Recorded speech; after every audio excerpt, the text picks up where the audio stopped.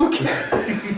All right, so GITV Uncut is up. We've got some more videos on there. We got to keep having shenanigans, so we have more stuff to put up. But I want to move on to something else we want to talk about today about the generations of airsofters. Basically, how I feel is that there's 3 different generations of airsofters that play our sport. We've got first generation, which is really into milsim, possibly former military, but buys every gun, every new gun on the market is just a total gear whore, buys everything gear. They'll probably have like 10, 15 guns. These guys have to look like Navy SEALs. They're absolute gear junkies, really into airsoft. So that's first gen.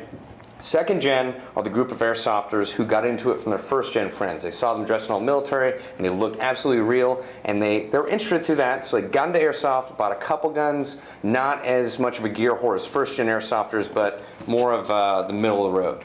And then here comes third generation. Third generation are the folks that are really into let's see, Call of Duty, first-person shooter games, Battlefield games, or who are just getting into airsoft. But they're the folks that are not necessarily going to have the really expensive gear. They're probably going to have like the gear that was just made for airsoft, sort of sometimes flimsy, whatnot.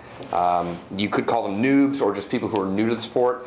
But the goal of this is I want to find a way to integrate all 3 of these generations of airsoft players or groups of airsoft players so that our sport can continue growing. I've been seeing a lot of comments on YouTube and, well, basically on the field where people who go out to paintball or go out to some airsoft fields as a new player are kind of looked down upon by those first generation players. So I want to find some way where we can get all 3 generations mingling so that we can enrich our sport and continue to grow.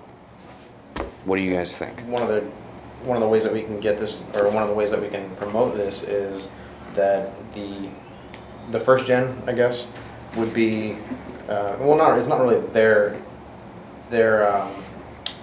priority to go up to the new players, but I think that would be a good start to get the people that play the most, the people that have the best stuff, the people that know what they're talking about, to talk to the new players instead of thinking of them as just somebody out there to shoot and, you know.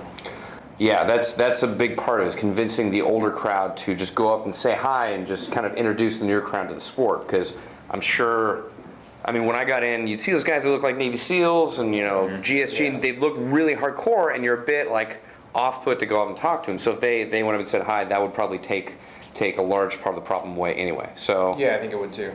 So how could we make that either interesting or an incentive for older players to come up and talk to new ones? To the younger players. I mean, it doesn't matter what gear you have, you're there to have fun. Know who you're shooting. Yeah, yeah, exactly.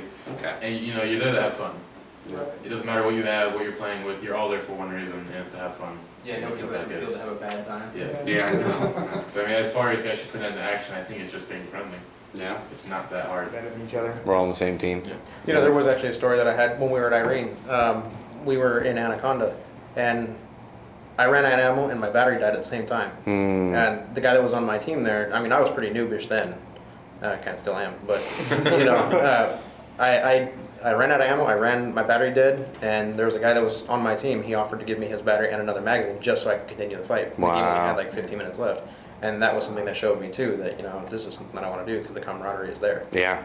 Yeah, definitely. I will say I played paintball for a long time. I'd never seen anybody be like, "Hey, dude, here's a sidearm. Just stay in the game." I did play paintball too. It's kind of more aggressive. Yeah, I mean, I had it like you the first time I ever played Airsoft. I was standing there watching, and some dude just tossed me his gun. Goes, "Here you go, wanna play?" Like, Yeah. And that was it. I mean, granted, that was back when I was in middle school and we were playing with springers. But the fact is, he handed it to me and said, "Here you go. It's all you." Yeah. Like, The whole point of sort of this discussion is how we can bring ourselves closer as a community and grow. But I noticed, actually, one thing I was really proud of is when I went up to Sacramento for SB 798. Right. You know, a lot of our distributors we know of, retailers. I was there for Airsoft GI, obviously. We showed up, we filled the first couple rows, but we had no idea if the rank and file airsofters was going to show up.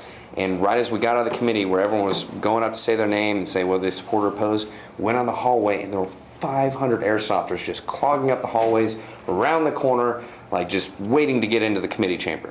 And that was one of the moments where I was really proud to be an airSofter, because I could tell the community all came together to support us. Actually, I was actually listening to it. Yeah. And Yeah, when they denied it or whatever was the first time, on the cast, I heard everybody in the hallway yelling. Yeah, that was just yeah. We were watching that live stream in the office. Yeah. It was absolutely amazing, and that was one of the first times I could see, like, honestly see, like, you got the military guys who are out of the military who play Airsoft, and you got the kids and the adults who are there just saying it's a family-friendly sport. You basically had all of these different generations and then some all coming together just to save our hobby and our sport. So, Yeah, the makings are there. yeah, the makings are there. We just have to expound upon them. Yeah, exactly. So, all right, well, this is a good meeting. We're going to have many more of these, but keep the ideas rolling in your heads how we can grow our community. So, let's have a good rest of the day, and let's get some videos out. Okay, guys? Sweet. Meeting adjourned.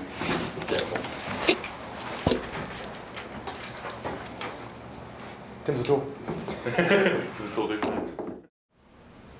I'm Deputy Joe Lamonaco. On behalf of the LA County Sheriff's Department in association with Airsoft GI, I want to remind you that your airsoft guns can be mistaken as actual firearms in public. I also want to remind you that never, ever take a firearm near a school. There are junkies, airsoft junkies in just about every group, because like there's I hate trains! Okay, I think there are junkies in just about every airsoft group.